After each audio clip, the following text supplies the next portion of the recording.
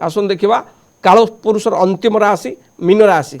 Mean राशि व्यक्तिशेष मानक पई ए सप्ताहटी अति सुंदर फल दब कारण राशिर स्वामी बृहस्पति चतुर्थ स्थान अवस्थान करी दशम को दृष्टि देवारु कौन सी जगह बा घर तोड़ापे आप प्लान तैयारी करेंगे।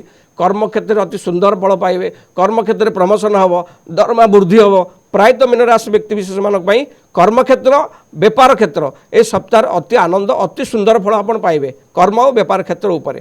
आसन देखा आर्थिक स्थिति।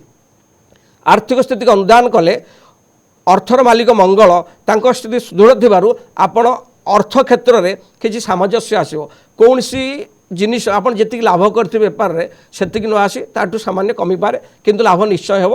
अर्थ क्या ये सप्ताह धार उधार दिंतु ना कौन संस्थार लगातु ना कारण बुड़ी जबार संभावना अच्छी विशेषकर जब आप शेयर मार्केट में थे ताले से देखी जाए अर्थ लगातु। ये आर्थिक स्थिति मजबूत रही कौन सी सांघ को कथार पड़ी कौन संस्थार अर्थ लगे आपण क्षति सहबार संभावना अच्छी। आसन देखा मीन राशि व्यक्ति विशेष मानकर पारिवारिक स्थिति किपरि रोचे। पारिवारिक स्थिति की देखिले ए सप्ताह आपणकर सेतटा शुभ फल दब ना कारण मीन राशि शनिकर अवस्थान हेतु शनिकर अवस्थान रहिबा द्वारा परिवार मध्य परस्पर मध्य सन्देह देखादेव परस्पर मध्य मतांतर देखा छोट छोट कथा को नहीं विवाद मुंड टेकिब। एणु एथि आप जत्नवान हवा जरूरी।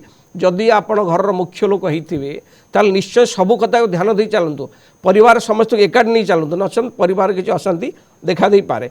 इला मेष राशि ठारू मीन राशि व्यक्ति विशेष मानकर साप्ताहिक राशिफल रही। जय श्री जगन्नाथ।